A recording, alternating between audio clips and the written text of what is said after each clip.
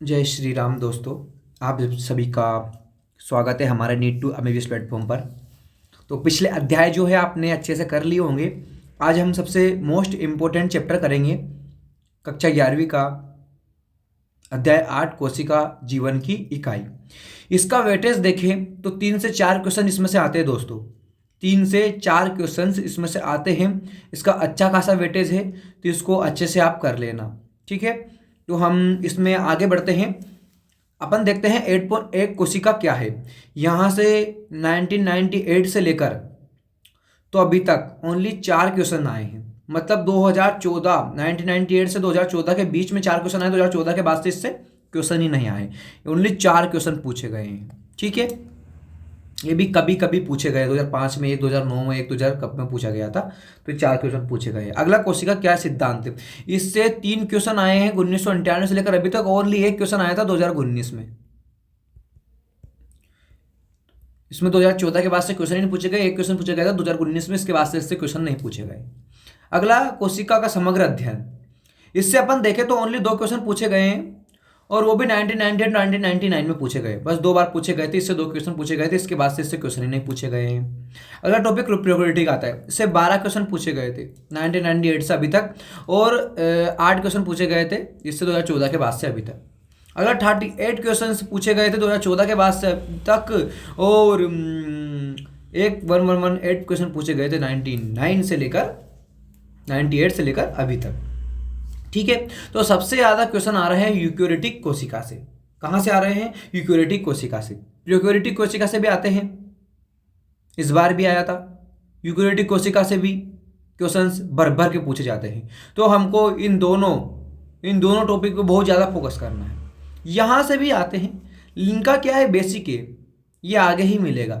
इसलिए हमको सबसे ज़्यादा फोकस करना प्रोकैरियोटिक कोशिका और यूकेरियोटिक कोशिका पे, ठीक है। तो बहुत डीपली अच्छे से अध्ययन करना है। अब आगे अपन बढ़ते हैं। इसमें 3 नंबर का क्वेश्चन है, यानी कि 16 से 12 मार्क्स। 16 से 12 मार्क्स का क्वेश्चन है, ए चैप्टर है, ठीक है। 3 से 4 मार्क्स इसमें 3 से 4 क्वेश्चन इसमें पूछे जाते हैं, ठीक है। अब इसको अपन देखते हैं आगे, और बहुत अच्छे से मैं लाइन बाय लाइन इसमें PYQ हाईलाइट करवाऊंगा, तो आप भी देखते चलिएगा, ठीक है। तो जब आप अपने चारों तरफ देखते हैं तो जीव व निर्जीव दोनों को आप पाते हैं। आप अवश्य आश्चर्य करते होंगे एवं अपने आप से पूछते होंगे कि ऐसा क्या है जिस कारण जीव जीव कहलाता है और निर्जीव जीव नहीं हो सकते। इस जिज्ञासा का उत्तर तो केवल यही हो सकता है कि जीवन की आधारभूत इकाई जीव कोशिका की उपस्थिति एवं अनुपस्थिति है, ठीक है। सभी जीवधारी कोशिकाओं से बने होते हैं।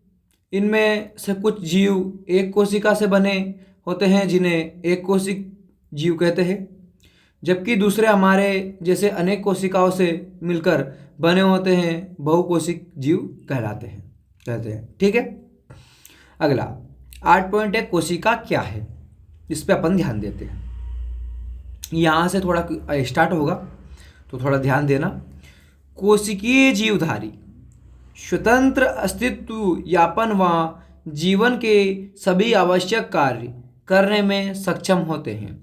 कोशिका के बिना किसी का भी स्वतंत्र जीव अस्तित्व नहीं हो सकता। इस कारण जीव के लिए कोशिका ही मूलभूत से संरचनात्मक व क्रियात्मक इकाई होती है। इसमें कुछ एक्स्ट्रा पॉइंट है, वो मैं ऐड नहीं कर रहा हूँ, क्योंकि जब पेपर NCERT से ही आ रहा है, तो हम एक्स्ट्रा चीज़ें क्यों ऐड करें, क्यों फालतू कन्फ्यूज़न करें। इसलिए आपने टीचर लोगों के कहीं भी पढ़ा होगा तो एक्स्ट्रा वहाँ पढ़ लिया होगा, इसलिए मैं यहाँ पे ऐड कुछ भी एक्स्ट्रा नहीं करूँगा। क्योंकि जब हम NCERT का रीडिंग कर रहे हैं तो फिर NCERT का ही रीडिंग करें, बाहर से कोई भी चीज़ें इसमें लाने की दखलंदाजी ना करें। अच्छा, अब आगे बढ़ते हैं। एंटोन वान ल्यूविनहक ने पहली बार कोशिका को देखा। किसने देखा? एंटोन वान ल्यूविनहक ने पहली बार कोशिका को देखा। रॉबर्ट ब्राउन ने बाद में केंद्रक की खोज की।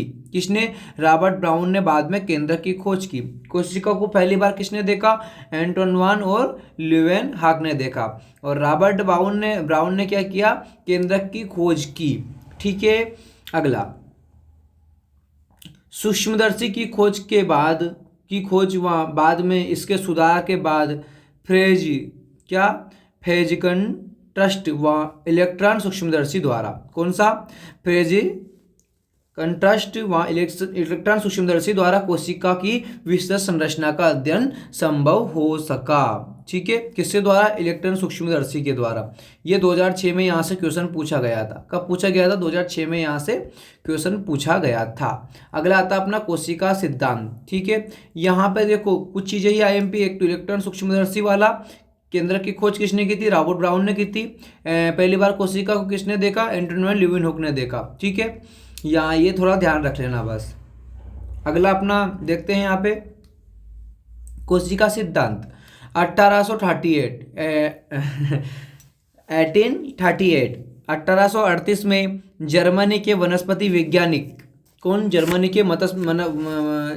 के वनस्पति वैज्ञानिक मैथियस स्लाइडेन ने बहुत सारे पौधों के अध्ययन के बाद पाया कि ये पौधे विभिन्न प्रकार की कोशिकाओं से मिलकर बने होते हैं। किसने?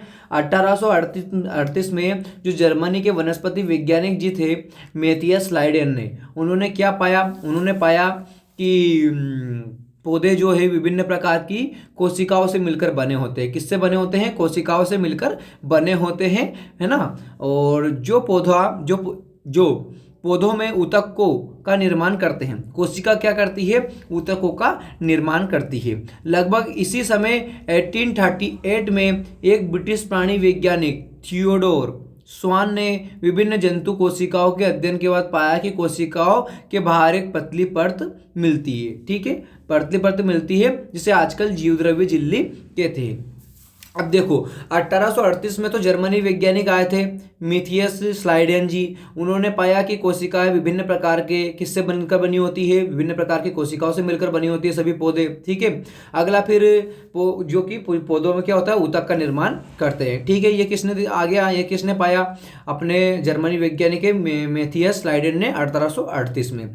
फिर उसके एक साल बाद ही 1839 में जो अपने ब्रिटिश के एक प्राणी वैज्ञानिक, कौन से प्राणी वैज्ञानिक जी आए, उन्होंने थियोडोर स्वान नाम था उनका। उन्होंने विभिन्न जंतुओं पर अध्ययन किया। जंतुओं का अध्ययन करने के बाद उन्होंने पाया कि एक पतली परत मिलती है। वो पतली परत मिलती है जिसे हम आजकल क्या कहते हैं? जीवद्रव्य झिल्ली कहते हैं। इस वैज्ञानिक ने पादप ऊतकों के अध्ययन के बाद पाया कि पादप कोशिकाओं में कोशिका भित्ति मिलती है। देखो उन्होंने क्या किया? पादप का अध्ययन किया और पादप के अध्ययन के बाद पाया कि कोशिकाओं में क्या मिलती है? पादप कोशिकाओं में क्या मिलती है? कोशिका भित्ति मिलती है और पतली परत मिलती है, जीवद्रव्य झिल्ली मिलती है। ठीक है। अगला, इन्हीं वैज्ञानिक ने कौन से वैज्ञानिक है? क्या नाम है उनका? थियोडोर स्वान जी ने। ठीक है, जो इसकी विशेषता है उपरोक्त आधार पर स्वान जी ने अपनी परिकल्पना रखते हुए बताया कि प्राणियों और वनस्पतियों का शरीर कोशिका और उनके उत्पाद से मिलकर बना होता है। स्वान जी ने क्या पाया कि प्राणियों का और वनस्पतियों का शरीर किससे मिलकर बनी होता है? कोशिका और उनके उत्पाद से मिलकर बना होता है। ठीक है, इसको इस तरह स्टोरी में याद रखना है अपने को कि 1838 में मैथियस स्लाइडेन जी आए, फिर एक साल बाद ही स्वान जी आ गए। ठीक है, और स्वान जी ने बहुत सारी चीज़ें अपने को बता दी। अगला अपन देखते हैं श्वेडेन व स्वान जी ने संयुक्त रूप से कोशिका सिद्धांत को प्रतिपादित किया। देखो दोनों ने मिलकर क्या किया? कोशिका सिद्धांत को प्रतिपादित किया। किसने? मैथियस स्लाइडेन जी ने और अपने थियोडोर स्वान जी ने। तो स्लाइडेन व स्वान जी ने दोनों ने क्या किया? संयुक्त रूप से मिलकर, दोनों ने साथ में मिलकर क्या किया? कोशिका सिद्धांत को प्रतिपादित किया। यद्यपि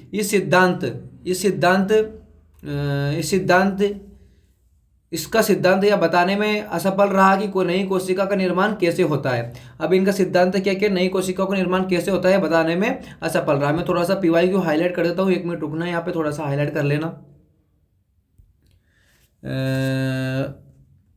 बहुत पुराना क्वेश्चन बता रहा हूँ मैं आपको, 1993 का। 1993 में पीवाई क्यू पूछा गया था यहाँ से। ठीक है। फिर एक और क्वेश्चन बता रहा हूँ मैं आपको।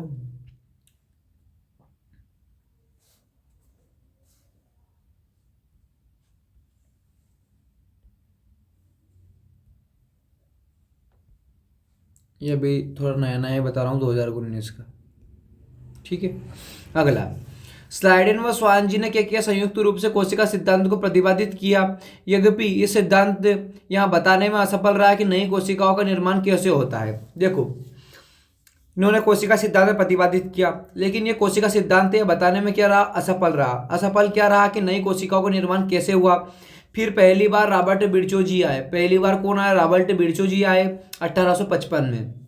देखो, 1838, 1839 और 40 और 40 और 10 साल वो 10, 11 और 5 साल ये 16 साल बाद, 16 साल बाद है ना, 1839 और 1855।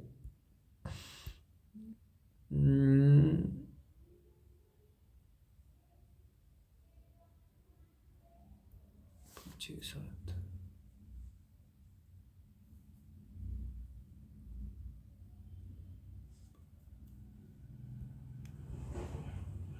24 साल हो रहे हैं ना। देखो, 1839 में ये आए थे अपने, और 1855 में ये आ गए। ठीक है, तो 1855 और 1839, तो एक 16 साल ही बोला था मैंने। तो 16 साल के बाद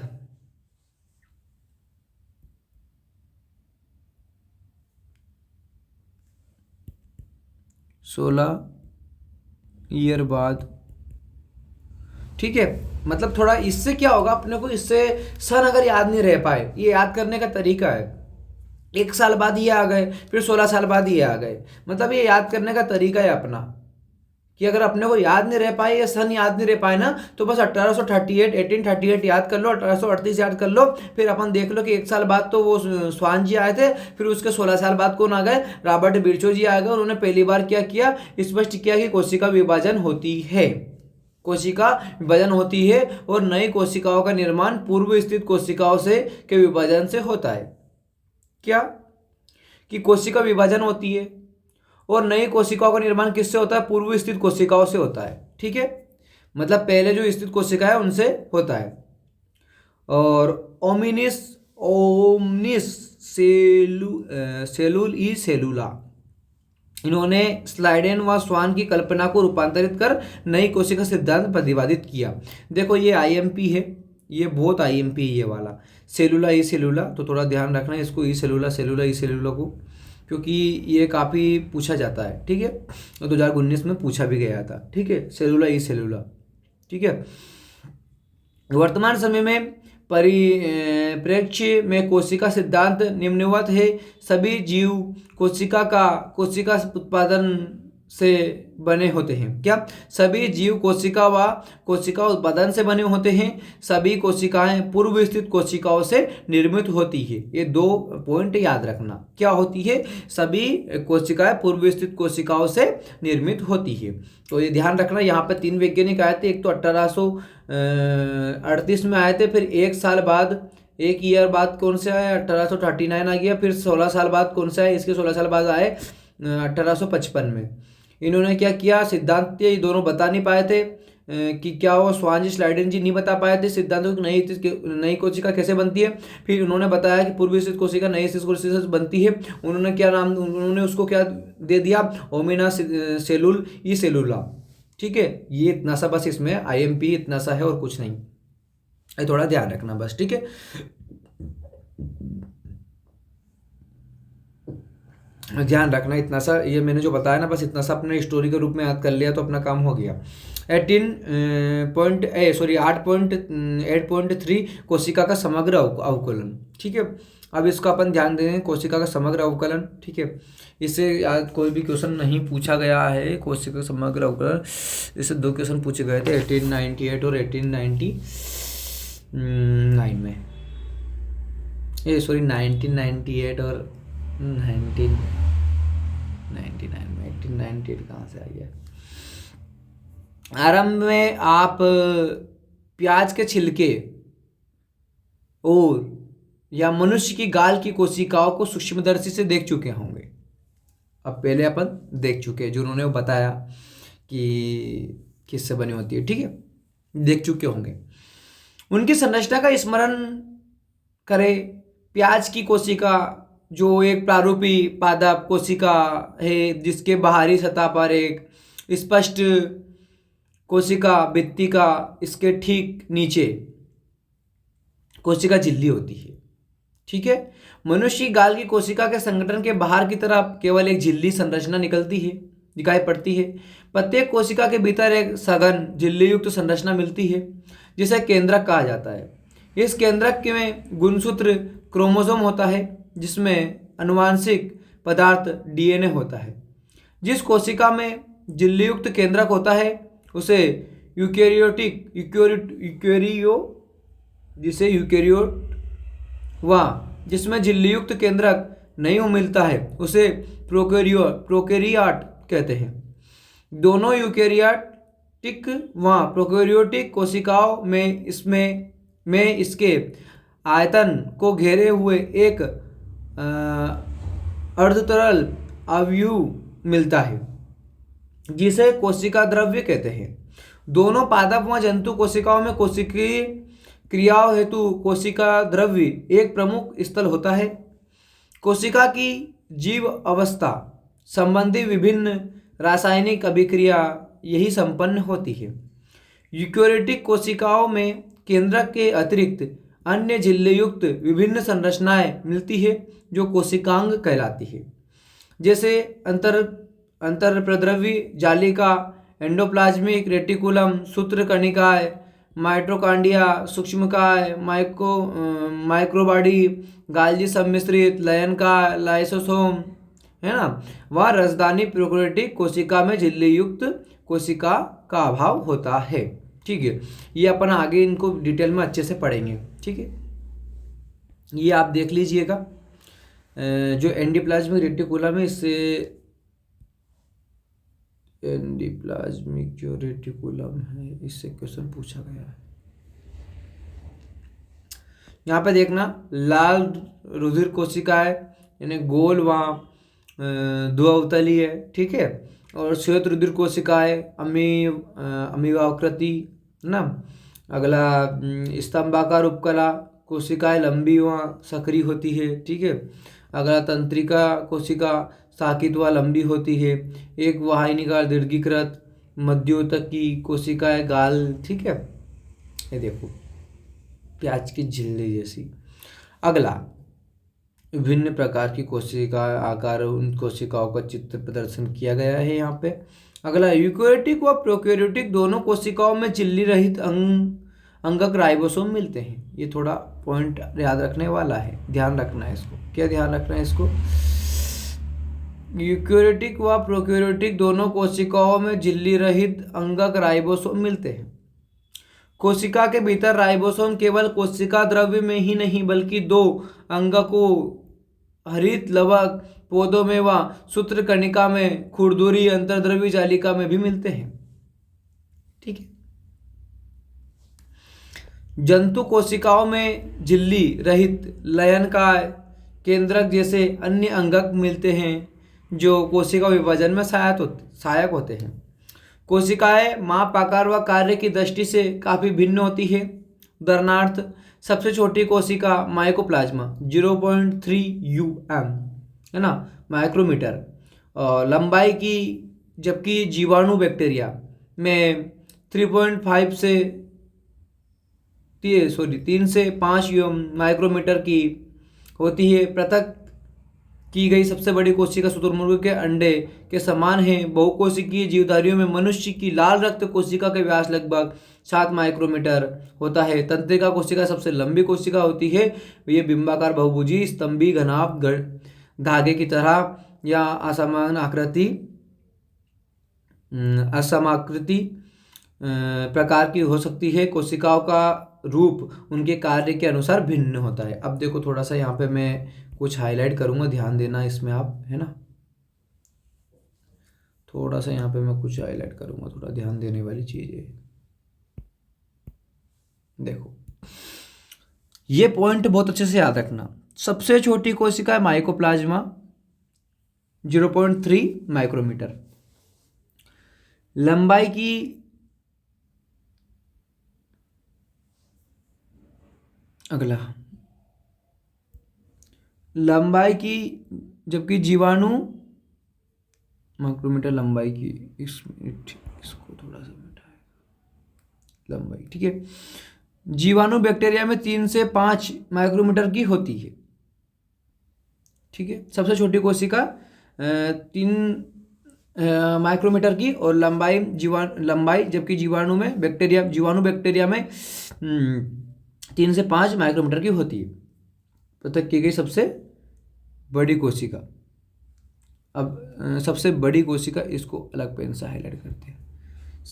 सबसे बड़ी कोशिका सूक्ष्मकंडे के समान बहुकोषीय जीवधारी में मनुष्य में समान है, ठीक है। फिर बहुकोशिकीय जीवधारियों में मनुष्य के रक्त कुंडली सबसे महत्वपूर्ण होता है। अगला तंत्रिका कोशिका सबसे लंबी कोशिका है, ठीक है, ये ध्यान रखना। बिंबाकार बहुभुजी स्तंभी घनाभ धागे की तरह आकृति या समाकृति वाली हो सकती है। कोशिकाओं का रूप उनके कार्य के अनुसार भिन्न हो सकता है। ये पॉइंट और ये डाटा बहुत अच्छे से याद रखना है। वेरी वेरी आईएमपी है। क्वेश्चन आए या नहीं आए, पीवाईक्यू वैसे यहाँ से पूछे गए हैं काफ़ी, तो बहुत आईएमपी है अपने लिए, ठीक है। 0.3 सबसे छोटी माइक्रोमीटर से, सबसे लंबाई की, जबकि जीवाणु बैक्टीरिया में 300 मीटर लंबाई क्या है, 3 से 5 बड़ी शुतुरमुर्ग का अंडा, ठीक है। तो ऐसे याद कर लेना, ठीक है, और इसको अच्छे से ध्यान देना। अगला अपन चलते हैं अपने प्रोकैरियोटिक कोशिकाएं। तो यहाँ से क्वेश्चंस अपने बहुत बार भर के आते हैं, स्टार्ट हो गया है, ठीक है। यहाँ से जो क्वेश्चन से पूछा गया था कर्नाटक आगम एग्जाम हुई थी 2013 में, यहाँ से ये चित्र दे दिया था, चित्र दे के डाटा पूछा गया था, ठीक है। तो ये चित्र दे के क्वेश्चन पूछ लिया था उन्होंने। अब अपना प्रोकैरियोटिक कोशिका को देखते हैं अपन, ठीक है। 8.4 प्रोकैरियोटिक कोशिकाएं जीवाणु, नीलहरित शैवाल, माइकोप्लाज्मा और प्लूरोनिमोनिया समजीव पीपीएलओ मिलते हैं।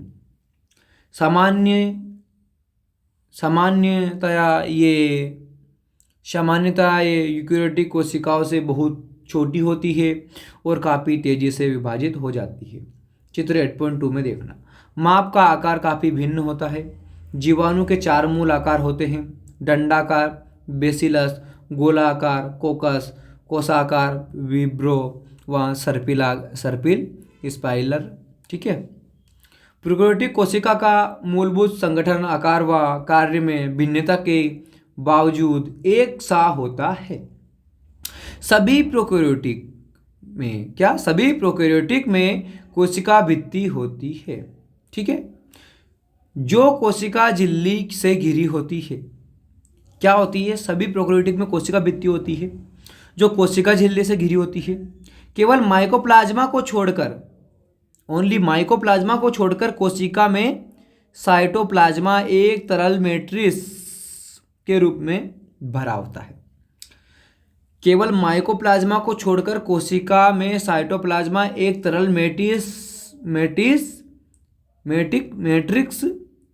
सरल मैट्रिक्स के रूप में भरा होता है, ठीक है। अगला, इसमें कोई स्पष्ट विभेदित केंद्रक नहीं पाया जाता है। इसमें क्या? कोई स्पष्ट विभेदित केंद्रक नहीं पाया जाता है, ठीक है। अगला अपन देखते हैं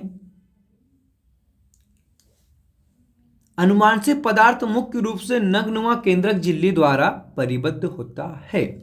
अनुवांशिक पदार्थ मुख्य रूप से नग्न व केंद्रक झिल्ली द्वारा परिबद्ध नहीं होता है। ठीक है। जीनोमिक डीएनए के अतिरिक्त एकल गुणसूत्र गोलाकार, ठीक है, डीएनए जीवाणु में सूक्ष्म डीएनए वृत्त जीनोमिक डीएनए के बाहर पाए जाते हैं। इन डीएनए वृत्तों को प्लाज्मिड कहते हैं। ठीक है। इन डीएनए वृत्तों को क्या कहते हैं? प्लाज्मिड कहते हैं। ठीक है। 2003 में यहां से क्वेश्चन आया था, 2003 में। ठीक है। कहते हैं ये प्लाज्मिड डीएनए जीवाणुओं में विशिष्ट समलक्षणों को बताते हैं।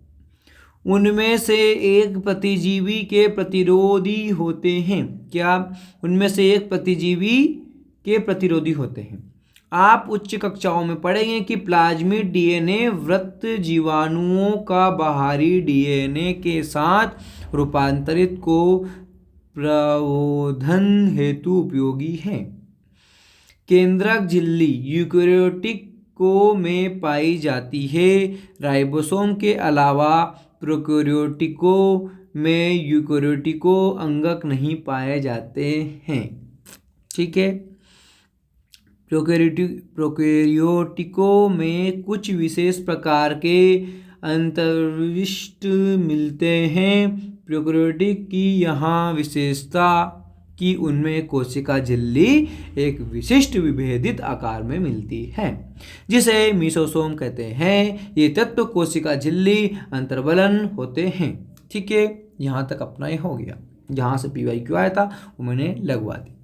अगला कोशिका आवरण और इसके रूपांतरण 8.4.1। ठीक है। इसको ध्यान से पढ़ेंगे। अधिकांश प्रोकैरियोटिक कोशिकाओं विशेषकर जीवाणु कोशिकाओं से में एक जटिल रासायनिक कोशिका आवरण मिलता है। इसमें कोशिका आवरण दृढ़ता पूर्वक बंधकर 3 स्तरीय संरचना बनाते हैं, जैसे बाह्य परत ग्लाइकोकेलिक्स। ठीक है। जिसके पश्चात क्रमशः कोशिका भित्ति जीवद्रव्य झिल्ली होती है। एक आवरण के प्रत्येक परत का कार्य भिन्न है। यहाँ पर तीनों मिलकर एक सुरक्षा इकाई बनाती है। 2013 PYQ आया है 2013। ठीक है। क्या बोला उन्होंने? जैसे कि बाह्य परत ग्लाइकोकेलिक्स, जिसके पश्चात क्रमशः कोशिका भित्ति एवं जीवद्रव्य झिल्ली होती है। यद्यपि आवरण के प्रत्येक परत का कार्य भिन्न है। यहाँ तीनों मिलकर एक सुरक्षा इकाई बनाते हैं। क्या? तीनों मिलकर के बनाते हैं? सुरक्षा इकाई बनाते हैं। जीवाणुओं को उनकी कोशिका आवरण में भिन्नता व ग्राम द्वारा विकसित अभिरंजन विधि के प्रति भिन्न व्यवहार के कारण 2 श्रेणियों में वर्गीकृत किया गया है। जैसे ग्राम अभिरंजित, जिसे ग्राम धनात्मक ग्राम पॉजिटिव कहते हैं। अन्य जो अभिरंजित नहीं हो सकता उन्हें ग्राम ऋणात्मक ग्राम नेगेटिव कहते हैं। ठीक है। अगला ग्लाइकोकेलिक्स विभिन्न जीवाणुओं में संरचना एवं मोटाई में भिन्न होती है। कुछ में यहाँ ढीली आच्छद होती है, जिसे औपंक परत कहते हैं। वह दूसरों में यहाँ मोटी व कठोर आवरण के रूप में हो सकती है, जो संपुटिका कैप्सूल कहलाती है। कोशिका भित्ति कोशिका के आकार को निर्धारित करती है। यहाँ सशक्त संरचनात्मक भूमिका प्रदान करती है, जो जीवाणुओं को फटने तथा निपातित होने से बचाती है। जीवद्रव्य झिल्ली प्रकृति के वर्णात्मक होती है और इसके द्वारा कोशिका बाह्य वातावरण से संपर्क बनाए रखने में सक्षम होती है। ठीक है। संरचना अनुसार यह झिल्ली यूकेरियोटिक झिल्ली जैसी होती है। एक विशेष झिल्लीमय संरचना जो जीवद्रव्य झिल्ली को कोशिका में फैलाव से बनती है जो को मीजोजोम कहते हैं। कहाँ कहते हैं? मीजोजोम कहते हैं। यह फैलाव पुटिका, नलिका व पटलिका के रूप में होता है। यहाँ कोशिका भित्ति निर्माण, डीएनए प्रतिकृति व इसके संतति कोशिका में वितरण को सहायता देता है। यह श्वानस्रावी प्रक्रिया जीवद्रव्य झिल्ली के पृष्ठ क्षेत्र एंजाइम मात्रा को बढ़ाने में भी सहायता करता है। कुछ प्रोकैरियोटिक जैसे हरितलवक जीवाणु के कोशिका द्रव्य में झिल्लीमय विस्तार होता है जिसे वर्णकी लवक कहते हैं। इसमें वर्णक पाए जाते हैं। ठीक है, ये हो गया अपना, यहाँ तक वर्णक पाए जाते हैं। फिर यहाँ से अपन लगाएंगे जीवाणु कोशिकाएं चलायमान अथवा अचलायमान होती है। यदि वह चलायमान है तो उनमें कोशिका भित्ति जैसी पतली संरचना मिलती है जिसे कशाभिका कहते हैं। जीवाणुओं में कशाभिका की संख्या व विन्यास का क्रम भिन्न होता है। 2014 PYQ 2014। ठीक है, अगला अपन होता है, अगला अपन बोलते हैं, क्या बोलते हैं, आगे बढ़ते हैं, झालर में कशाभिका। जीवाणुओं में कशाभिका की संख्या, विन्यास का क्रम भिन्न होता है। जीवाणु कशाभिका फ्लैजिलम 3 भागों में बटा होता है। तंतु, अंकुश व आधारी। क्या? तंतु, अंकुश व आधारीय शरीर तंतु कशाभिका का सबसे बड़ा भाग होता है। ठीक है, यहाँ कोशिका सतह से बाहर की ओर फैला होता है।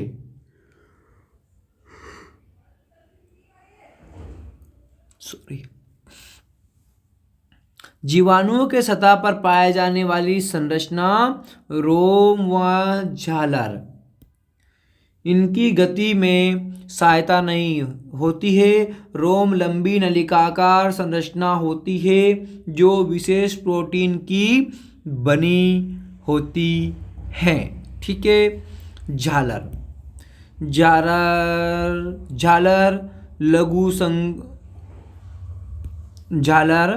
लघु सूक जैसे तंतु हैं जो कोशिका के बाहर प्रवर्धित होते हैं। कुछ जीवाणुओं में यहाँ उनको पानी की धारा में पाई जाने वाली चट्टानों व पोषण ऊतकों से चिपकने में सहायता प्रदान करते हैं। 2015 में यहाँ से PYQ आया है। ठीक है, अगला आगे बढ़ते हैं अपन 8.4.2 राइबोसोम व अंतर्विष्ट पिंड। देखो, मैंने ज़्यादा फोकस जो है वो 2016 से लेकर अभी तक पे किया है। जो 2016 के बाद से PYQ आए हैं तो थोड़ा ध्यान देने योग्य बात यह है कि 6 से 7 साल के जो PYQ बता देते हैं कि हमको किस तरह से पढ़ना है। ठीक है, ध्यान देना ये है। प्रोकैरियोटिक में राइबोसोम कोशिका की जीवद्रव्य झिल्ली से जुड़े होते हैं। ठीक है, प्रोकैरियोटिक में राइबोसोम कोशिका की जीवद्रव्य झिल्ली से जुड़े होते हैं। याद रखना, ये 15 से 20 नैनोमीटर आकार की होती है। कितनी होती है? 15 से 20 नैनोमीटर के आकार की होती है और 2 उप इकाइयों में 50S से 30S की बनी होती है। क्या?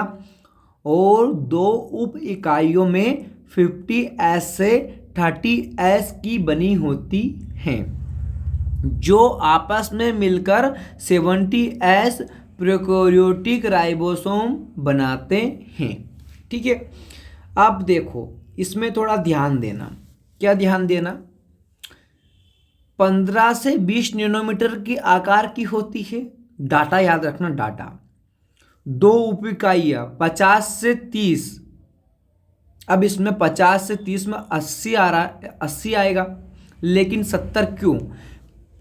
80 जो है वो उसमें आएगा यूकेरियोटिक में, ठीक है। प्रोकैरियोटिक में 70 आएगा प्रोटीन, 70S प्रोटीन प्रोकैरियोटिक में और 80S प्रोटीन यूकेरियोटिक में।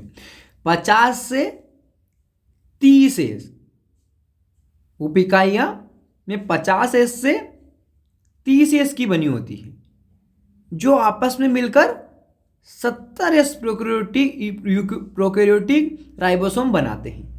राइबोसोम के ऊपर प्रोटीन संश्लेषित होती है। क्या? राइबोसोम के ऊपर प्रोटीन संश्लेषित होती है। बहुत से राइबोसोम एक संदेशवाहक आरएनए से संबद्ध होकर एक श्रृंखला बनाते हैं। बहुत से राइबोसोम क्या करते हैं? बहुत से राइबोसोम एक संदेशवाहक आरएनए से संबद्ध होकर एक श्रृंखला बनाते हैं, जिसे बहुराइबोसोम अथवा बहुसूत्र कहते हैं। क्या क्या कहेंगे? जिसे बहुराइबोसोम अथवा बहुसूत्र कहते हैं। बहुसूत्र का राइबोसोम संदेशवाहक आरएनए से संबद्ध होकर प्रोटीन निर्माण में भाग लेता है। क्या? बहुसूत्र का राइबोसोम संदेशवाहक आरएनए से संबद्ध होकर प्रोटीन निर्माण में भाग लेता है। ठीक है, अगला ध्यान देने, यहाँ पे ध्यान देना। अंतर्विष्ट पिंड प्रोकैरियोटिक कोशिकाओं में बचे हुए पदार्थ कोशिका द्रव्य में अंतर्विष्ट पिंड के रूप में संचित होते हैं। ये झिल्ली द्वारा घिरे होते एवं कोशिका द्रव्य में स्वतंत्र रूप से पड़े रहते हैं। ठीक है, 2020 में PYQ आया यहाँ से। ठीक है, 2020 में। अगला ध्यान देना, स्वतंत्र रूप से पड़े रहते हैं। उदाहरण फास्फेट कणिकाएं, साइनोफाइसिन कणिकाएं और ग्लाइकोजन कणिकाएं। ठीक है, 2015 में यहाँ से PYQ आया है। ठीक है, स्वतंत्र रूप से पड़े रहते उदाहरण क्या है? फास्फेट कणिकाएं, साइनोफाइसिन कणिकाएं, ग्लाइकोजन कणिका। ये तीनों ऑप्शन में पूछी गई थी। ठीक है, 2015 में। गैस राजधानी नील, हरित, बैंगनी और हरी प्रकाश संश्लेषी जीवाणुओं से मिलती है। क्या? गैस राजधानी जो है वो नील, हरित, बैंगनी और हरी प्रकाश संश्लेषी से मिलती है। यहाँ इतना भी PYQ आया था, इसको भी PYQ लगा देना। ठीक है, अगला बात करते हैं, आगे चलते हैं। जो अपने चित्र आ रहे हैं, अपने चित्र देखो, पादप कोशिका और प्राणी कोशिका। ये हो गई अपनी प्राणी कोशिका, ये हो गई अपनी पादप कोशिका। ठीक है, दोनों के चित्र दिए गए हैं, ध्यान से देखना चित्र। ठीक है, चित्र को देखिए आप। अब देखो, इसमें एक क्वेश्चन पूछा गया था सूत्रकणिका का 2014 में का कार्य। सूत्रकणिका का कार्य कौन निभाता है? मध्यकाय। मध्यकाय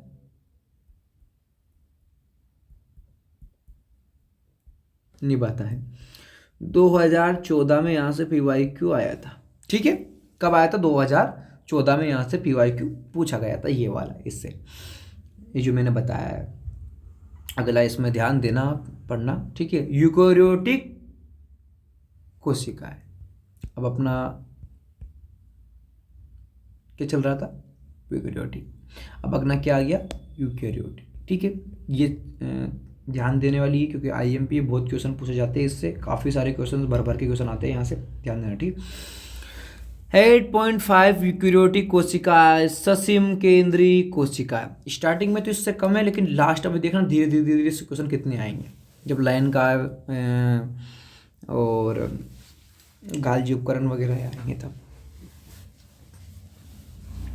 सभी आग जीव पादप प्राणी व कवक में यूकेरियोटिक कोशिकाएं होती है। यूकेरियोटिक कोशिकाओं में झिल्लीदार अंगकों की उपस्थिति के कारण कोशिका द्रव्य विस्तृत कक्षयुक्त प्रतीत होता है। यूकेरियोटिक कोशिकाओं में झिल्लीमय केंद्रक आवरण युक्त व्यवस्थित केंद्रक मिलता है। इसके अतिरिक्त यूकेरियोटिक कोशिकाओं में विभिन्न प्रकार के जटिल गतिकीय एवं कोशिकीय कंकाल जैसी संरचना मिलती है। इसमें आनुवांशिक पदार्थ गुणसूत्रों के रूप में व्यवस्थित रहते हैं। सभी यूकेरियोटिक कोशिकाएं एक जैसी नहीं होती है। पादप एवं जंतु कोशिका भिन्न होती है। पादप कोशिकाओं में कोशिका भित्ति, लवक एवं एक बड़ी केंद्रीय रजनी मिलती है, जबकि प्राणी कोशिकाओं में ये अनुपस्थित होती है। दूसरी तरफ प्राणी कोशिकाओं में तारकाय मिलता है, जो लगभग सभी पादप कोशिकाओं में अनुपस्थित होता है। आइए अब प्रत्येक कोशिकीय अंगक की संरचना व कार्यविधि का अध्ययन करें। ठीक है, अब देखते जाना इसको सही से। 8.5.1 कोशिका झिल्ली। ठीक है, वर्ष 1985 के इलेक्ट्रॉन सूक्ष्मदर्शी की खोज के बाद कोशिका झिल्ली की विस्तृत संरचना का ज्ञान संभव हो सका। इस बीच मनुष्य की लाल रक्त कणिकाओं की कोशिका झिल्ली के रासायनिक अध्ययन के बाद कोशिका द्रव्य झिल्ली की संभावित संरचना के बारे में जानकारी प्राप्त हो सकी। ठीक है, अध्ययनों के बाद इस बात की पुष्टि हुई कि कोशिका झिल्ली मुख्यतः लिपिड व प्रोटीन की बनी होती है। इसमें प्रमुख लिपिड फास्फोलिपिड होते हैं, जो दो सतहों में व्यवस्थित होते हैं। लिपिड झिल्ली के अंदर व्यवस्थित होते हैं। कहाँ? लिपिड झिल्ली के अंदर व्यवस्थित होते हैं, जिनका ध्रुवीय सिरा बाहर की ओर, जल भीरू पुच्छ सिरा अंदर की ओर होता है। इससे सुनिश्चित होता है कि संतृप्त हाइड्रोकार्बन की बनी होती है। अध्रुवीय पुच्छ जलीय वातावरण से सुरक्षित रहती है। इसके अतिरिक्त फास्फोलिपिड झिल्ली में कोलेस्टेरॉल भी होता है। ठीक है, बाद में जैव रासायनिक अनुसंधानों से यह स्पष्ट हो सका कि कोशिका झिल्ली में प्रोटीन व कार्बोहाइड्रेट पाया जाता है। विभिन्न कोशिकाओं में प्रोटीन व लिपिड का अनुपात भिन्न भिन्न होता है। मनुष्य की रुधिराणु इरिथ्रोसाइट की झिल्ली में लगभग 52% प्रोटीन व 40% लिपिड मिलता है। झिल्ली में पाए जाने वाले प्रोटीन को अलग करने की सुविधा के आधार पर दो अंगभूत व परिधीय प्रोटीन भाग में विभक्त कर सकते हैं। परिधीय प्रोटीन झिल्ली की सतह पर होता है, जबकि अंगभूत प्रोटीन आंशिक या पूर्ण रूप से झिल्ली में धसे होते हैं। ठीक है, अब यहाँ से थोड़ा ध्यान देना। कोशिका झिल्ली का उन्नत नमूना 1972 में सिंगर व निकोल्स द्वारा प्रतिपादित किया गया, जिसे तरल किरमीर नमूना के रूप में व्यापक रूप से स्वीकार किया गया। चित्र 8.4 में देखेंगे। इसके अनुसार लिपिड के अर्धतरली प्रकृति के कारण फास्फोलिपिड द्विसतह के भीतर प्रोटीन पार्श्वक गति करता है। झिल्ली के भीतर गति करने की क्षमता उसकी तरलता पर निर्भर करती है। ठीक है, तरलता पर निर्भर करती है। अब यहाँ पे ध्यान देने वाली बात क्या क्या है मैं बताता हूँ। यहाँ से 2012 में, 1991,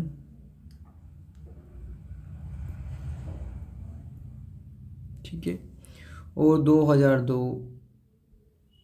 2002 में कहाँ से पूछा गया था, अर्धतरल। यहाँ से 2002 में क्वेश्चंस पूछा गया था। ये जो है इससे 2012 और 1991 में क्वेश्चन पूछा गया था, ठीक है। इसको आप लगा लेना, PYQ है, ठीक है, ठीक है। अगला, जीवद्रव्य झिल्ली का तरल प्रीमियर नमूना, ठीक है, देखना है इसको अच्छे से। आगे झिल्ली की इसको अपन 2 पार्ट में करें या एक ही पार्ट में चलेगा, बताओ क्या करना है। एक ही पार्ट में चलने दूँ, उसको 1.5 घंटे का हो जाएगा शायद, चल।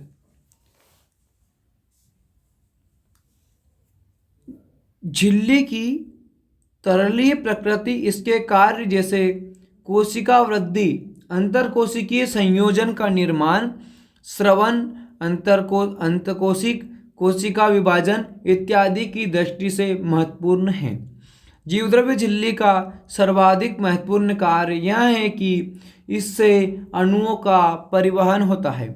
यह झिल्ली इसके दोनों तरफ मिलने वाले अणुओं के लिए चयनित पारगम्य है। कुछ अणुओं बिना ऊर्जा की आवश्यकता के इस झिल्ली से होकर आते हैं, जिसे निष्क्रिय परिवहन कहते हैं। उदासीन विलय सांद्र प्रवणता के अनुसार, जिसे उच्च सांद्रता से निम्न सांद्रता की ओर साधारण विसरण द्वारा इस झिल्ली से होकर जाते हैं।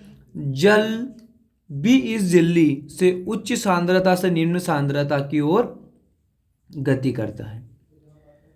विसरण द्वारा जल के प्रवाह को परासरण कहते हैं, ठीक है। विसरण द्वारा जल के प्रवाह को परासरण कहते हैं। चूंकि ध्रुवीय अणु जो अध्रुवीय लिपिड द्विसतह से होकर नहीं जा सकते, उन्हें झिल्ली से बाहर होकर परिवहन के लिए झिल्ली की वाहक प्रोटीन की आवश्यकता होती है, ठीक है।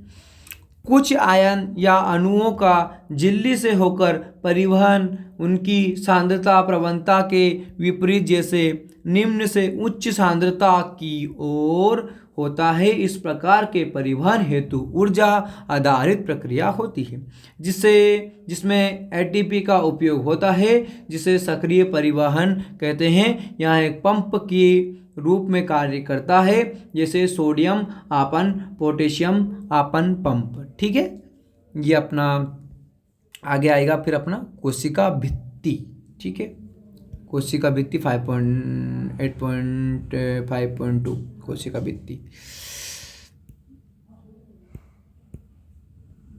तो कोशिका भित्ति से अपन देखते हैं। कोशिका भित्ति आपको याद ही होगा कि कवक व पौधों की जीवद्रव्य झिल्ली के बाहर पाए जाने वाली दृढ़ निर्जीव आवरण को कोशिका भित्ति कहते हैं। कैसी होती है? दृढ़ होती है और निर्जीव होती है। कोशिका भित्ति कोशिका के यांत्रिक हानियों और संक्रमण से ही रक्षा नहीं करता है, बल्कि यह कोशिकाओं के बीच आपसी संपर्क बनाए रखने तथा अवांछनीय वृहद अणुओं के लिए अवरोध प्रदान करता है। शैवाल की कोशिका भित्ति सेलुलोज, गैलेक्टेंस, मेनान्स व खनिज जैसे कैल्शियम कार्बोनेट की बनी होती हैं, जबकि दूसरे पौधों में यह सेलुलोज, हेमिसेलुलोज, पेक्टिन व प्रोटीन की बनी होती है। नवपादप कोशिका की कोशिका भित्ति स्थित प्राथमिक भित्ति में वृद्धि की क्षमता होती है, जो कोशिका की परिपक्वता के साथ घटती जाती है। वह इसके साथ कोशिका के भीतर की तरफ द्वितीय भित्ति का निर्माण होने लगता है, ठीक है। मध्य पट्टिका मुख्यतः कैल्शियम पेक्टेट की बनी होती है, जो आपस में विभिन्न कोशिकाओं के आपस में चिपकने व पकड़े रहती है। कोशिका भित्ति और मध्य पट्टिका में जीवद्रव्य तंतु प्लाज्मोडेस्माटा आड़े तिरछे रूप में स्थित रहते हैं, जो आसपास की कोशिका द्रव्य को जोड़ते हैं। ठीक है, अब इस चित्र जो है, ये पहले मैं लगा देता हूँ। इस चित्र से 2013 में और 2010 में डायरेक्ट चित्र दिया गया था, डायरेक्ट चित्र दे दिया गया था इसका। ठीक है, तो इसको थोड़ा ध्यान रखना। अगला 8.5.3 अंतः झिल्लिका तंत्र। यहाँ से बहुत मोस्ट आईएमपी टॉपिक चालू होंगे, बहुत ध्यान देना अच्छे से। झिल्लीदार अंगक कार्य व संरचना के आधार पर एक दूसरे से काफ़ी अलग होते हैं। इनमें बहुत से ऐसे होते हैं जिनके कार्य एक दूसरे से जुड़े रहते हैं, उन्हें अंतः झिल्लिका तंत्र के अंतर्गत रखते हैं। इस तंत्र के अंतर्गत अंतर्द्रव्यी जालिका, गाल्जिका, लयनकाय व रसधानी अंग आते हैं। सूत्रकणिका, माइटोकॉन्ड्रिया, हरितलवक व पारऑक्सीसोम के कार्य उपरोक्त अंगों से संबंधित नहीं होते, इसलिए इन्हें अंतः झिल्लिका तंत्र के अंतर्गत नहीं रखते हैं। ठीक है, अब यहाँ थोड़ा ध्यान देना, इसमें पीवाईक्यू हाईलाइट करवाता हूँ। अंतर्गत अंतर्द्रव्य जालिका, गाल्जिका, लयनकाय और रसधानी अंग आते हैं। सूत्रकणिका, माइटोकॉन्ड्रिया, हरितलवक, परागकण के कार्य उपयुक्त अंगों के संबंधित नहीं होते हैं, इसलिए इन्हें अंतर्द्रव्य झिल्लिका के अंतर्गत नहीं रखते। ठीक है, हो गया। ध्यान से ध्यान देना। 2021, 2016, 2023 PYQ आए, इतनी जगह से ही बस। ठीक है, तो ध्यान रखना है इसको अच्छे से। 8.5.3.1 अंतर्द्रव्य जालिका एंडोप्लाज्मिक रेटिकुलम। ठीक है, इलेक्ट्रॉन सूक्ष्मदर्शी से अध्ययन के पश्चात यहाँ पता चला कि यूकेरियोटिक कोशिका में कोशिका द्रव्य में चपटे आपस में जुड़े थैली युक्त छोटी नलिकावत जालिका बिखरा रहता है, जिसे अंतर्द्रव्यी जालिका कहते हैं। चित्र 8.5 प्राय यहाँ से थोड़ा हाईलाइट करना। ठीक है, प्राय राइबोसोम अंतर्द्रव्य जालिका के बाहर सतह पर चिपके रहते हैं, जिसे अंतर्द्रव्यी जालिका के सतह पर यहाँ राइबोसोम मिलते हैं, उसे खुरदुरी अंतर्द्रव्य जालिका कहते हैं। ठीक है,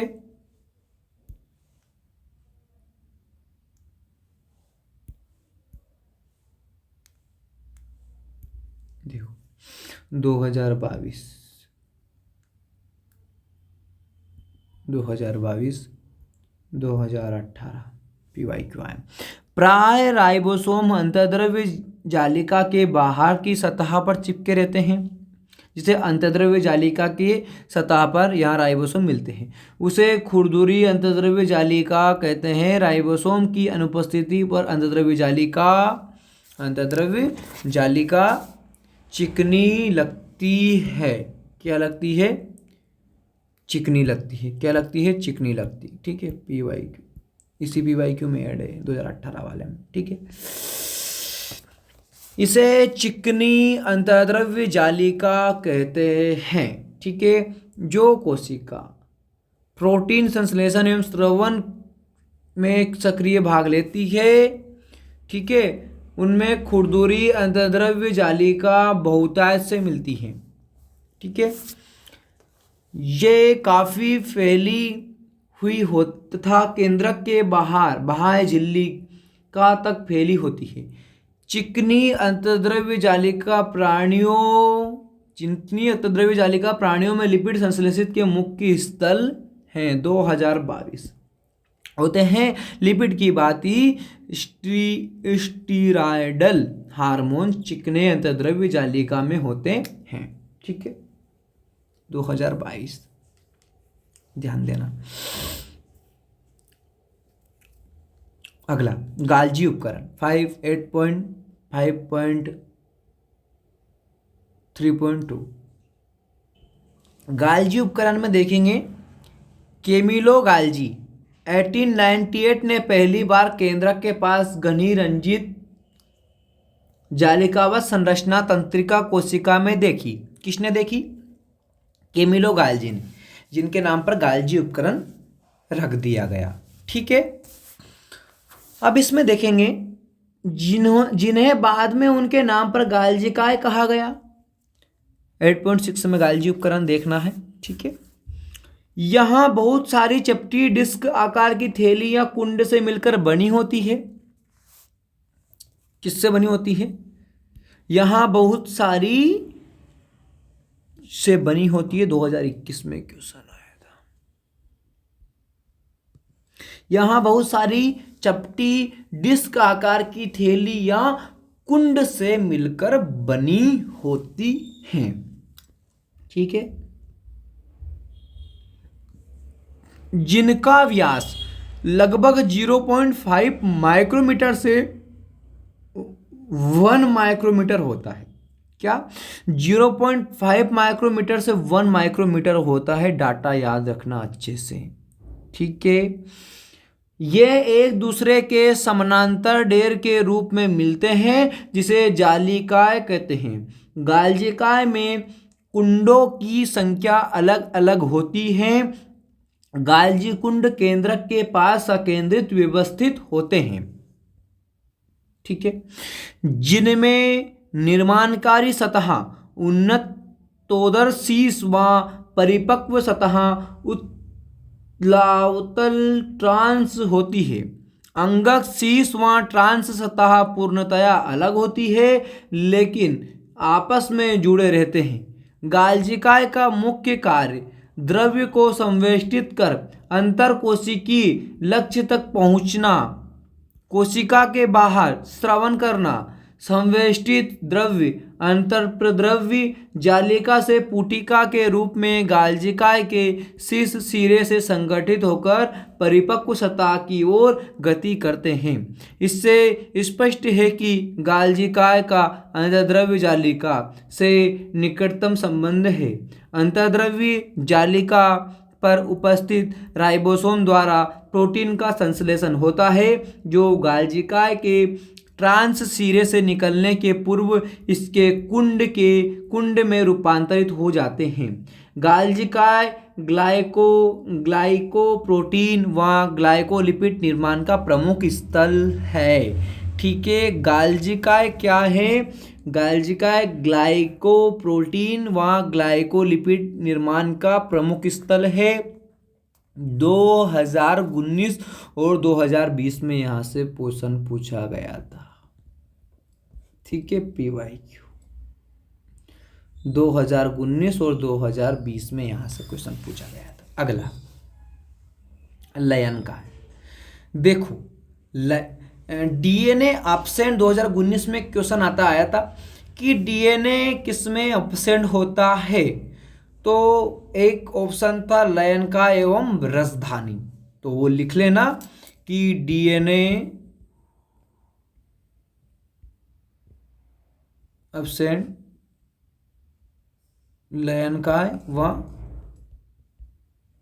रसधानी, ये दोनों लिखा है यहाँ पे, लयन का व रसधानी। ठीक है, डीएनए अपसेंट। ठीक है, अगला यहाँ झिल्ली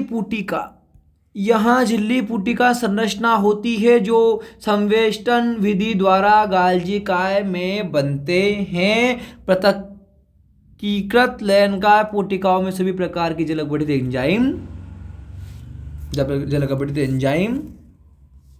ठीक है, यहां तक लगाना 2000। अब इसको पहले पूरा करवा देता हूँ, फिर उसके बाद जल एंजाइम जैसे हाइड्रोलेजेज, लाइपेसेज, प्रोटोएसेज वहाँ कार्बोहाइड्रेजेज मिलते हैं, जो अम्लीय परिस्थितियों में सर्वाधिक सक्रिय होते हैं। ये enzyme carbohydrate, protein, lipid, nucleotide, अम्ल आदि के पाचन सक्षम है। ठीक है, अब देखो 2016, 2019, 2016, 2019। अब आप ये मत सोचना कि 2019 से 19 क्वेश्चन आए, जितने क्वेश्चन आ गए 19 में नहीं, ऑप्शन पूछे गए थे, मतलब एक क्वेश्चन दे दिया उसमें 3-4 जगह से लाइन उठाई गई थी, तो यहाँ से लाइन उठाइए, वो मैं बताया हूँ, ठीक है। तो ये अपना हो गया लयन काय। एक बार मैं फास्ट पढ़ देता हूँ लयन काय को। यहाँ झिल्ली पुटी का संरचना होती है जो संविष्ट जो क्या जो संविष्ट विधि द्वारा गालजिकाय में बनते हैं। पृथकीकृत लयनकार पुटिकाओं में सभी प्रकार की जल अपघट्टी एंजाइम जैसे हाइड्रोलेजेज, लाइपेसेज, प्रोटोएसेज, वहाँ कार्बोडाइड्रेजेज मिलते हैं जो अम्लीय परिस्थितियों में सर्वाधिक सक्रिय होते हैं। ये enzyme carbohydrate, protein, lipid, nucleic अम्ल आदि के पाचन में सक्षम हैं, ठीक है। अगला 8.5.3.4 राजधानी वैक्यूल, ठीक है, वैक्यूल में पढ़ते हैं। कोशिका द्रव्य में झिल्ली द्वारा घिरी जगह को रसधानी कहते हैं। इसमें पानी, रस उत्सर्जित पदार्थ व अन्य उत्पाद जो कोशिका के लिए उपयोगी नहीं है भी इसमें मिलते हैं। रसधानी एकल झिल्ली से आवृत होती है जिसे टोनोप्लास्ट कहते हैं। पादप कोशिकाओं में यहाँ कोशिका का एक 90% स्थान घेरता है। पौधों में बहुत से आयन व दूसरे पदार्थ सांद्रता प्रवणता के विपरीत टफेनोप्लास्ट से होकर राजधानी में अभिगमित होते हैं। इस कारण से इसकी सांद्रता राजधानी में कोशिका द्रव्य की अपेक्षा काफ़ी अधिक होती है, ठीक है। अब अमीबा में संकुचनशील राजधानी उत्सर्जन के लिए महत्वपूर्ण है। बहुत सारी कोशिकाओं जैसे आहग जीव खाद्य राजधानी का निर्माण खाद्य पदार्थों को निगलने के लिए होता है, कि 2019 में यहाँ से पूछा गया था, ठीक है। अगला 8.5.4 सूत्रकर्णिका माइटोकॉन्ड्रिया लगा देता हूँ पहले। 2011 की मेंस एग्ज़ाम जो होती थी पहले 2 बार होती थी नीट, ठीक है, प्री और मेंस, तो उसमें ये पूछा गया था पूरा का पूरा चित्र देके, ठीक है। सूत्रकर्णिका को जब तक विशेष रूप से अभिरंजित नहीं किया जाता तब तक सूक्ष्मदर्शी द्वारा इसे आसानी से नहीं देखा जा सकता। प्रत्येक कोशिका में सूत्रकर्णिका की संख्या भिन्न होती है। यहाँ उसकी कार्य की सक्रियता पर निर्भर करती है। यह आकृति व आकार में भिन्न होती है। यहाँ तस्तरीनुमा बेलनाकार आकृति की होती है जो 1 से 1.0 -4.1 यानी 1 से 4.1 1 से 4.1 माइक्रोमीटर लंबी व 0.2 से 1 माइक्रोमीटर औसत 0.5 माइक्रोमीटर व्यास की होती है। डाटा याद रखना थोड़ा है, ठीक है, क्योंकि डाटा हमेशा याद रखना जरूरी है होती है। सूत्रकर्णिका एक दोहरी झिल्ली युक्त संरचना होती है जिसकी बाहरी झिल्ली व भीतरी झिल्ली इसकी अवकाशिका को 2 स्पष्ट जलीय कक्षों बाह्य कक्ष व भीतरी कक्ष में विभाजित करती है। भीतरी कक्ष को घने व समांगी पदार्थ से भरा होता है, अधात्री मैट्रिक्स कहलाते हैं। बाह्य कला सूत्रकर्णिका की बाह्य सतत सीमा बनाती है। इसकी अंतः झिल्ली कई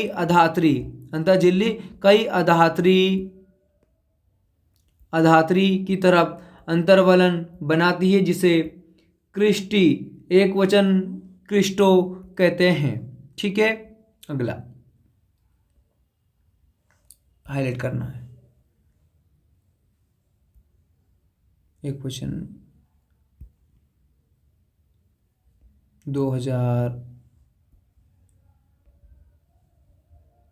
पहले मैं हाईलाइट कर पा देता हूँ।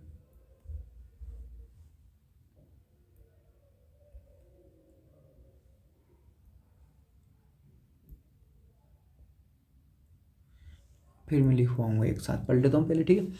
कहते हैं क्रिस्टी इसके क्षेत्रफल को बढ़ाते हैं, इसकी दोनों झिल्लियों में इनसे संबंधित विशेष एंजाइम मिलते हैं जो सूत्रकणिका के कार्य से संबंधित होते हैं। सूत्रकणिका का वायवीय श्वसन से संबंध होता है। इसमें कोशिकीय ऊर्जा एटीपी के रूप में उत्पादित होती है। इस कारण से सूत्रकणिका को कोशिका का शक्तिगृह कहते हैं। सूत्रकणिका के आधात्री में एकल वृत्ताकार डीएनए अणु का कुछ आरएनए राइबोसोम 70S तथा प्रोटीन संश्लेषित के लिए आवश्यक घटक मिलते हैं। सूत्रकणिका विखंडन द्वारा विभाजित होती हैं। अब देखना 2021 में यहाँ से क्वेश्चंस आया है, 2019 में इधर से क्वेश्चंस पूछा गया है। अंतर्द्रव्य झिल्ली का कहते हैं इससे 2019 में, और 2019 में यहाँ से भी ऑप्शन लिया गया है, ठीक है। 2017 में यहाँ से लिया गया है, मतलब इतने से 4 बार क्वेश्चन ले लिया गया है, ठीक है, ध्यान रखना है। अगला लवक, प्लास्टिड,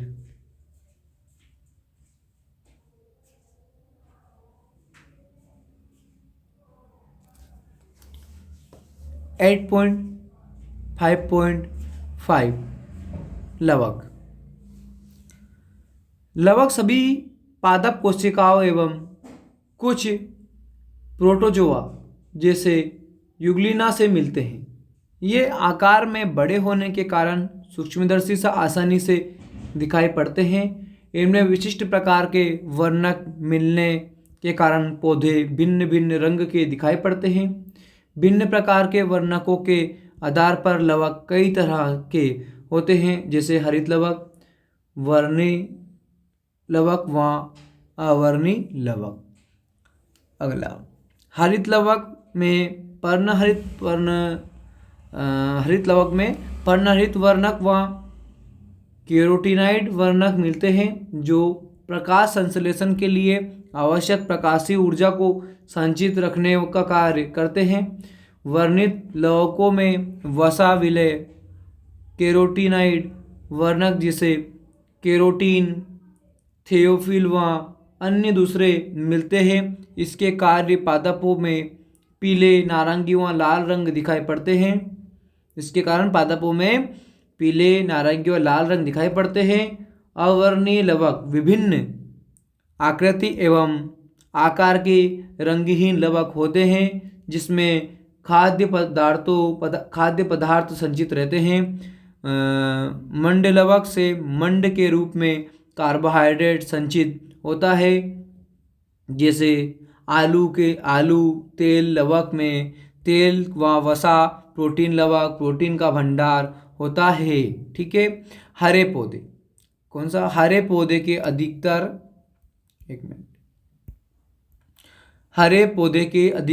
हरित लवक पत्ती के पर्णमध्युतक कोशिकाओं में पाए जाते हैं। हरित लवक लेंस के आकार के, अंडाकार, गोलाकार, चक्रीय व फीते के आकार के अंगक होते हैं। विभिन्न लंबाई 5 से 10 माइक्रोमीटर व चौड़ाई 2 से 4 माइक्रोमीटर के होते हैं। इनकी संख्या भिन्न हो सकती है, जैसे प्रत्येक कोशिका में एक क्लेमाइडोमोनास हरित शैवाल से 20 से 40 प्रति कोशिका पर्ण मध्योतक कोशिका हो सकती हैं, ठीक है। अगला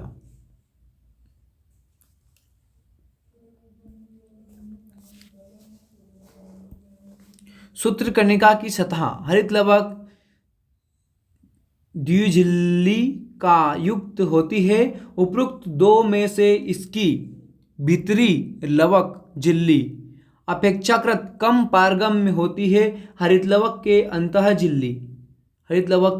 अंतः झिल्ली घिरे हुए भीतर स्थान को पीठिका स्ट्रोमा कहते हैं। पीठिका में चपटे झिल्ली युक्त थैली जैसी संरचना संगठित होती है जिसे थाइरोइड कहते हैं। ठीक है, यहाँ से 2021 में क्वेश्चन पूछा गया था, 2021 में। ठीक है, अगला निकालिए। ठीक है,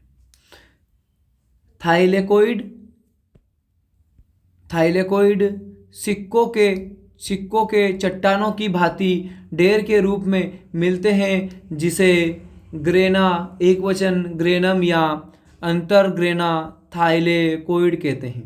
इसके अलावा कई चपटी झिल्ली नुमा नलिकाएं जो ग्रेना के विभिन्न थाइलेकोइड को जोड़ती है उसे पीटिका पटलिकाएं कहते हैं। थाइलेकोइड की झिल्ली एक रिक्त स्थान को घेरे होती है, इसे अवकाशिका कहते हैं। हरितलवक की पीठिका में बहुत एंजाइम मिलते हैं जो कार्बोहाइड्रेट व प्रोटीन संश्लेषण के लिए आवश्यक होते हैं। इसमें छोटा द्विलड़ी वृत्ताकार डीएनए अणु व राइबोसोम मिलते हैं। हरितलवक थाइलेकोइड में उपस्थित होते हैं। हरितलवक में पाए जाने वाला राइबोसोम 70S कोशिका द्रव्य राइबोसोम 80S से छोटा होता है। ठीक है, अगला राइबोसोम 8.5.6 राइबोसोम। जॉर्ज पेलेड 1953 ने इलेक्ट्रॉन सूक्ष्मदर्शी द्वारा सघन कणिकाय संरचना राइबोसोम को सर्वप्रथम देखा था। ये राइबोन्यूक्लिक अम्ल व प्रोटीन के बने और किसी भी झिल्ली से घिरे नहीं रहते हैं। ठीक है, अब ये ध्यान रखना, राइबोन्यूक्लिक अम्ल व प्रोटीन के बने हो और किसी भी झिल्ली से घिरे नहीं रहते हैं। 2019 में यहाँ से क्वेश्चंस आया था प्रोटीन। ठीक है, अगला यूकेरियोटिक राइबोसोम 80S और प्रोटीक राइबोसोम 70S प्रकार के होते हैं। 80S प्रोटीन, ठीक है, 2023 में पूछा गया था ये वाला। ठीक है, यूकेरियोटिक राइबोसोम 70S व प्रोकैरियोटिक राइबोसोम 80S व प्रोकैरियोटिक राइबोसोम 70S प्रकार के होते हैं। प्रत्येक राइबोसोम में उपिकाई या बड़ी व छोटी उपिकाई होती है। यहाँ पर एस, जो एस लग रहा है पीछे, ये स्वेडबर्ग इकाई अवसाधन गुणांक को प्रदर्शित करता है। यहाँ अपरोक्ष रूप से आकार व घनत्व को व्यक्त करता है। दोनों 70S व 80S राइबोसोम दो उपिकाइयों से बना होता है। ठीक है, अगला अपना आता है 8.5.7 साइटोस्केलेटन। ठीक है, इसको पढ़ेंगे। प्रोटीन युक्त विस्तृत जालिकावत तंतु जो कोशिका द्रव्य में मिलता है उसे साइटोपंजर कहते हैं। कोशिका में मिलने वाला साइटोपंजर के विभिन्न कार्य जैसे यांत्रिक सहायता, गति व कोशिका के आकार को बनाए रखने के लिए उपयोगी है। 2023 में यहाँ से क्वेश्चन आया था। ठीक है, अगला 8.5.8 पक्षमाव व कसाबिका सीलिया व फ्लेजिला। ठीक है, पक्षमाविकाएं एक वचन पक्षमाव व कसाबिकाएं एक वचन कसाबिका रोम सदृश कोशिका झिल्ली पर मिलने वाली वृद्धि है। पक्षमाव एक छोटी संरचना चप्पू की तरह कार्य करती हैं जो कोशिका को या उनके चारों तरफ मिलने वाले द्रव्य की गति में सहायक हैं। कसाबिका अपेक्षाकृत लंबे व कोशिका के गति में सहायक हैं। प्रोकैरियोटिक जीवाणु में पाए जाने वाली कसाबिका संरचनात्मक रूप से प्रोकैरियोटिक कसाबिका से भिन्न होती है। इलेक्ट्रॉन सूक्ष्मदर्शी अध्ययन से पता चलता है कि पक्षमाप व कसाबिका जीवद्रव्य झिल्ली से ढके होते हैं। इनके कोर को अक्षसूत्र कहते हैं, जो कई सूक्ष्म नलिकाओं का बना होता है जो लंबे अक्ष के समानांतर स्थित होते हैं। अक्षसूत्र के केंद्र में एक जोड़ी सूक्ष्म नलिका मिलती है और 9 द्विक अरीय परिधि की ओर व्यवस्थित सूक्ष्म नलिकाएं होती है।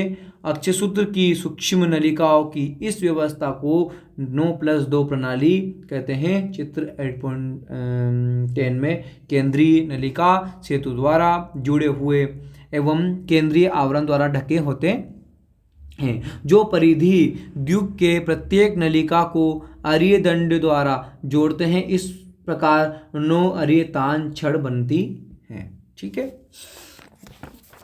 बनती है और ये अपना चित्र देखना है, बनती है और परिधि द्विक सेतु द्वारा आपस में जुड़े होते हैं। दोनों पक्षमाप व कसाबिका तारक केंद्र सदृश संरचना से बाहर निकलते हैं, जिसे आधारिकाएं कहते हैं। ठीक है, ये हो गया यहाँ तक। यहाँ से PYQ कुछ है नहीं, इसलिए हाईलाइट कर नहीं पाया। ठीक है, कुछ नहीं। अगला तारकाय व तारक केंद्र, सेंट्रोसोम तथा सेंट्रियोल, ध्यान रखना। तारकाय वह अंगक है जो 2 बेलनाकार संरचना से मिलकर बना होता है, जिसे तारक केंद्र कहते हैं। यहाँ अक्रिस्टलीय परिकेंद्र द्रव्य से घिरा होता है। दोनों पर तारक केंद्र तारकाय के एक दूसरे के लंबवत स्थित होते हैं, जिसमें प्रत्येक की संरचना बैलगाड़ी की पहिए जैसी होती है। तारक केंद्र संख्या में 9 समान दूरी पर स्थित परिधि ट्यूब्यूलिन सूत्रों से बने होते हैं। प्रत्येक परिधि सूत्र एक त्रिक होते हैं। पास के त्रिक आपस में जुड़े होते हैं। तारक केंद्र का अग्र भीतरी भाग प्रोटीन का बना होता है, जिसे धुरी कहते हैं। यहाँ परिधि त्रिक के नलिका से प्रोटीन से बने अरीय दंड से जुड़े होते हैं। तारक केंद्र पक्षमाप व कसाबिका का आधारिकाय बनाता है और तर्कतंतु जंतु कोशिका विभाजन के उपरांत तर्क उपकरण बनाता है। 2016 में यहाँ से क्वेश्चन आया था, 2016 PYQ। ठीक है, अगला अपना आता है केंद्रक न्यूक्लियस। रॉबर्ट ब्राउन जी ने खोज की थी 1831 में। ठीक है, कोशिकीय अंगा केंद्रक की खोज सर्वप्रथम रॉबर्ट ब्राउन जी ने 1831 में से पूर्व की थी, 1331 से पूर्व की थी। बाद में फ्लेमिंग ने केंद्रक में मिलने वाले पदार्थ को क्षारीय रंग से रंजित हो जाता है, उसे क्रोमोटीन का नाम दिया था। ठीक है, अगला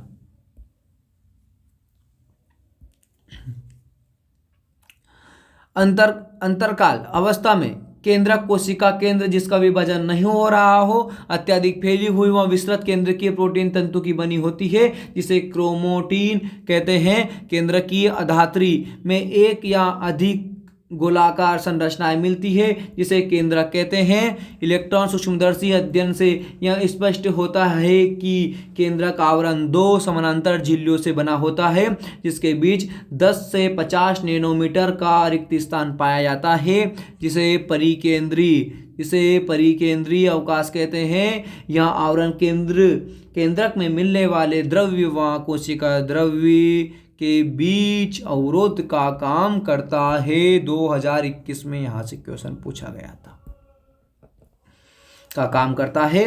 बाह्य झिल्ली सामान्यतः अंतर्द्रव्य जालिका से सतत रूप से जुड़ी रहती है व इस पर राइबोसोम भी जुड़े रहते हैं। निश्चित स्थान पर केंद्रक आवरण छिद्र बनने के कारण विच्छिन्न हो जाता है। यहाँ छिद्र केंद्रक आवरण की दोनों झिल्लियों के संलग्न से बनता है।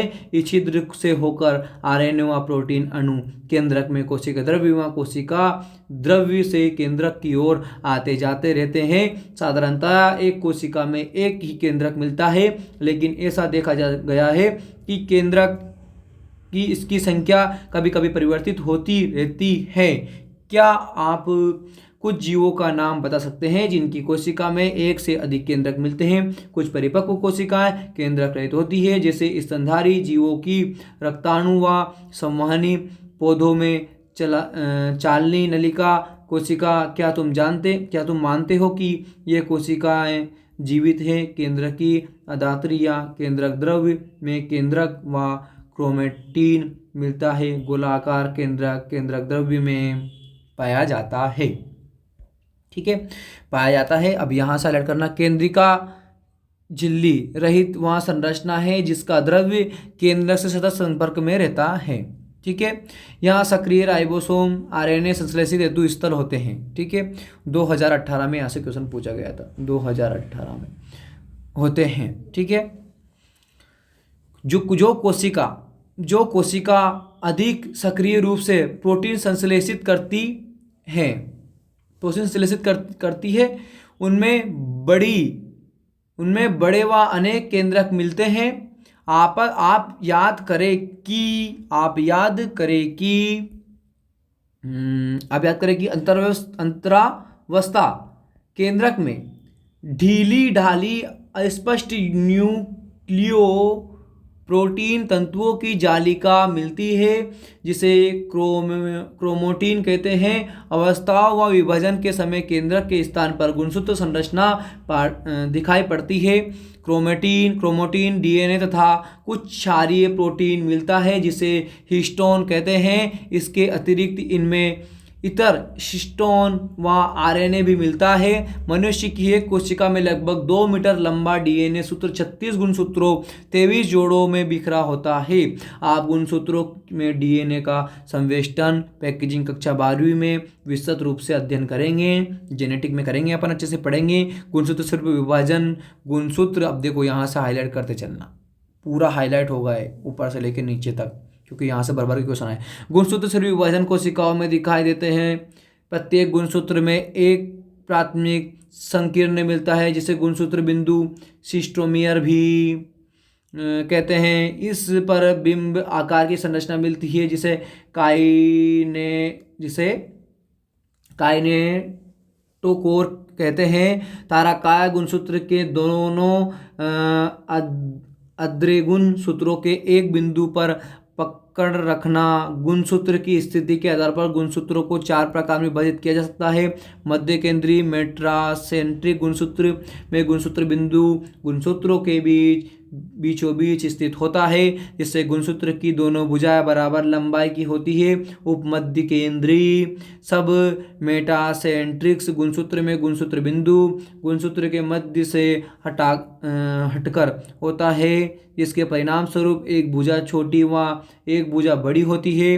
अग्रबिंदु एक्रोसेंट्रिक गुणसूत्र में गुणसूत्र बिंदु इसके बिल्कुल किनारे पर मिलता है, जिसे एक भुजा अत्यंत छोटी और एक भुजा बहुत बड़ी होती है। जबकि अंतःकेंद्रीय फिबोसेंट्रिक गुणसूत्र में गुणसूत्र बिंदु गुणसूत्र के शीर्ष पर स्थित होता है। अब लगाओ PYQ। ठीक है, 2021, 2018,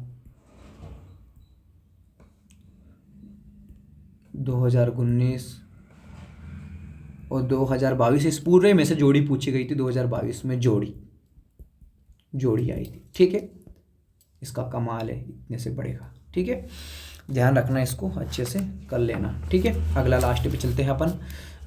8.5.11 सूक्ष्मकाय माइक्रोबॉडी में 2021 में क्वेश्चन पूछा गया था यहाँ से। ठीक है, बहुत सारी झिल्ली आवृत सूक्ष्म थैलियाँ जिसमें विभिन्न प्रकार के एंजाइम मिलते हैं, ये पौधों व जंतु कोशिकाओं में पाई जाती है। 2021 में यहाँ से क्वेश्चन पूछा गया था PYQ। ये चैप्टर अपना कंप्लीट हुआ। टाटा, बाय बाय, वेलकम डियर दोस्तों। अब अपन बात करते हैं सारांश। तो इसमें सारांश फास्ट पढ़ता चलता हूँ, रीडिंग करता चलता हूँ, आप रीडिंग करते चलना। सभी जीव कोशिकाएं या कोशिका समूह में बने होते हैं। कोशिकाएं आकार व आकृति तथा क्रियाएं कार्य की दृष्टि से भिन्न होती है। झिल्लीयुक्त केंद्रक व अन्य अंगकों की उपस्थिति या अनुपस्थिति के आधार पर कोशिका या जीव को प्रोकैरियोटिक व यूकैरियोटिक नाम से जानते हैं। एक प्रारूपी यूकेरियोटिक कोशिका केंद्रक व कोशिका द्रव्य से बना होता है। पादप कोशिकाओं में कोशिका झिल्ली के बाहर कोशिका भित्ति पाई जाती है। जीवद्रव्य कला चयनित पारगम्य होती है और बहुत सारे अणुओं के परिवहन में भाग लेती है। अंतः झिल्लिका तंत्र के अंतर्गत अंतःद्रव्य जालिका गालजिकाएं लयनकाएं व राजधानी होती है। सभी कोशिकीय अंगक विभिन्न एवं विशिष्ट प्रकार के कार्य करते हैं। पादप कोशिका में हरित लवक प्रकाश संश्लेषण के लिए आवश्यक प्रकाशीय ऊर्जा को संचित रखने का कार्य करते हैं। तारकाय व तारक केंद्र पश्चिमाभ व कशाभिका का आधारीय बनता है जो गति में सहायक है। जंतु कोशिकाओं में तारक केंद्र कोशिका विभाजन के दौरान तर्क उपकरण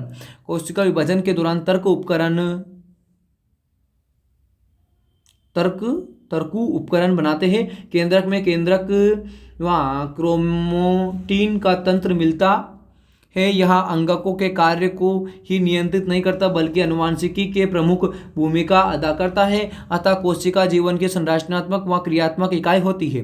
अंतःद्रव्य जालिका नलिकाओं व कुंडों से बनी होती है। ये दो प्रकार की होती है, खुरदुरी व चिकनी। अंतःद्रव्य जालिका पदार्थों के अभिगमन, प्रोटीन संश्लेषण, लाइपोप्रोटीन संश्लेषण तथा ग्लाइकोजन के संश्लेषण में सहायक होती है। गालजिका झिल्लीयुक्त अंगक है जो चपटे थैली नुमा संरचना से बने होते हैं। इनमें कोशिका, ये थोड़ा यहाँ से क्वेश्चन पूछा गया था 2018 में, थोड़ा लगा लेना।